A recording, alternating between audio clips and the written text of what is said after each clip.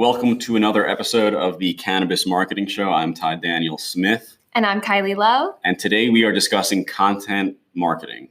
Content marketing is an incredibly effective and cost-efficient form of marketing that everyone should understand.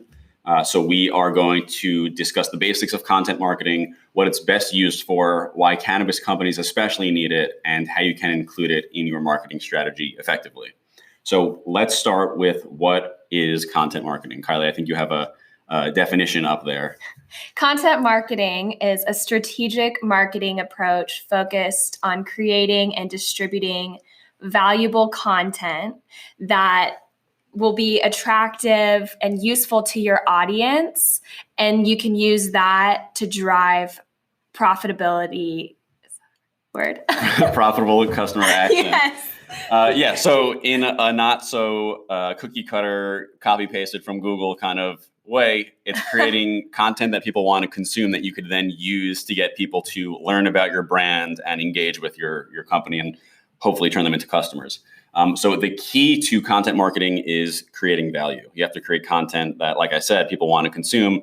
And the way to do that is by putting out resources that help people learn or answer a question. Yeah, it's important to know your audience for content marketing because you need to create content that is valuable to them. Exactly. If you're a cannabis company, you shouldn't be putting out content about what credit card has the most rewards points this year. Right. It should be what does my audience care about? What issues are affecting them, and how can I create content that they can use and get value from? Yeah, exactly. If you can capture their attention, then you can get them into your sales funnel. Exactly.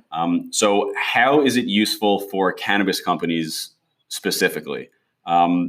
Cannabis companies have to deal with a lot of restrictions on ways that we can attract attention to ourselves. We can't do all of the standard pay-per-click, billboard advertising. We have to kind of get a little, not sneaky, but creative. So a way to get that attention to us is by creating content that people want to actually read or consume or whatever it is. Exactly. So I guess we should walk through what that actually looks like. Mm-hmm. So one example of content marketing is what you're listening to right now. It's a podcast. Yeah. So the goal of this podcast is to educate people on a topic that we know about, that we want to share our expertise on with other people. And we hope that in some way that value, because when you add value to people, you get value back. I firmly believe that. And content marketing is very much geared towards that kind of ethos. Another example would be blog posts. Creating blog posts on your website that's very closely tied in with SEO. So if there's an important question that your audience is looking for, maybe it's top cannabis companies in wherever you are.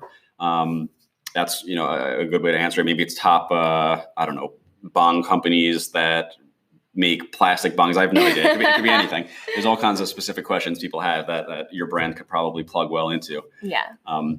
So in general, if you search for something on the internet and a Quora result comes up, Quora's I don't know how to define Quora. It's like a question asking. Yeah, it's kind of like Google question or Yahoo questions. Yeah, that's exactly what it's like. I forgot about that. So if you search a question and a Quora result comes up, it's usually a good indicator in my experience that there's a potential for people looking for that you can create a blog post around. So that's one little tip there. Email newsletters is another great form of content marketing. Yeah. We have a weekly one. We share marketing tips. I was reading an article where this woman was saying how people don't understand what content marketing is. Well, it's so vague, right? Honestly. They don't know. And her husband was saying, "Oh, I get this newsletter all the time, like email newsletter, and I love it. It's so informational. Yeah. They're not trying to sell me anything. I just get a lot of information from it." And she says, "That's content marketing." Yeah. And it's true. I mean, once you get value from something, you really seek it out and you'll seek out that brand. It really is marketing of the future because there's so much stuff being blasted at you all the time that it's a much more positive interaction if you can get people to come to you as an expert on something. And HubSpot is a company that's software that we use, that a lot of marketing agencies use and a lot of companies in general use.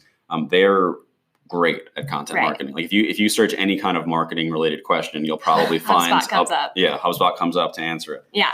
And a thing about the internet and people becoming more tech savvy, people don't want to be advertised to. Yeah. People want to find brands that they want to be loyal to and support. And because there's so much information on the internet, it's really easy to get bogged down. So you want to find a company that really aligns with your own personal values.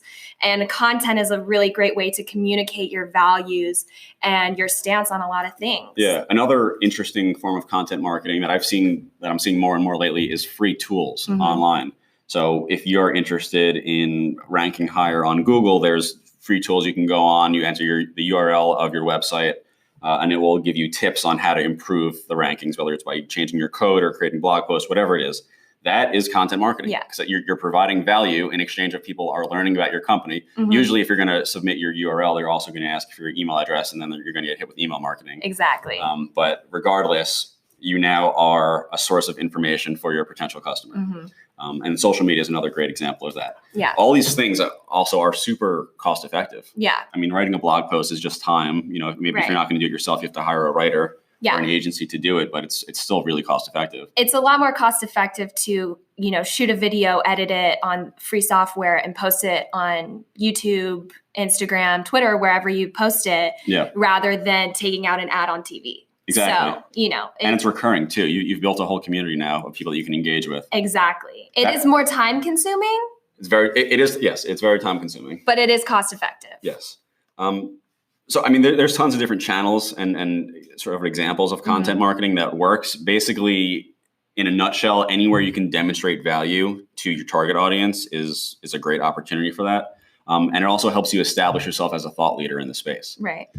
Which can help accelerate your sales process if you are selling a product. Especially with influencer marketing being the future of marketing, people want to buy products from people that they trust. Exactly. And this is not something we're just saying. We do a ton of content marketing ourselves. It's how we get a majority of our customers. Right.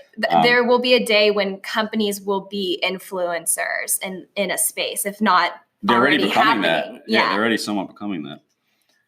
So that is going to wrap up our little episode about content marketing. If you found this episode valuable, please remember to rate, review, and recommend this podcast to your friends.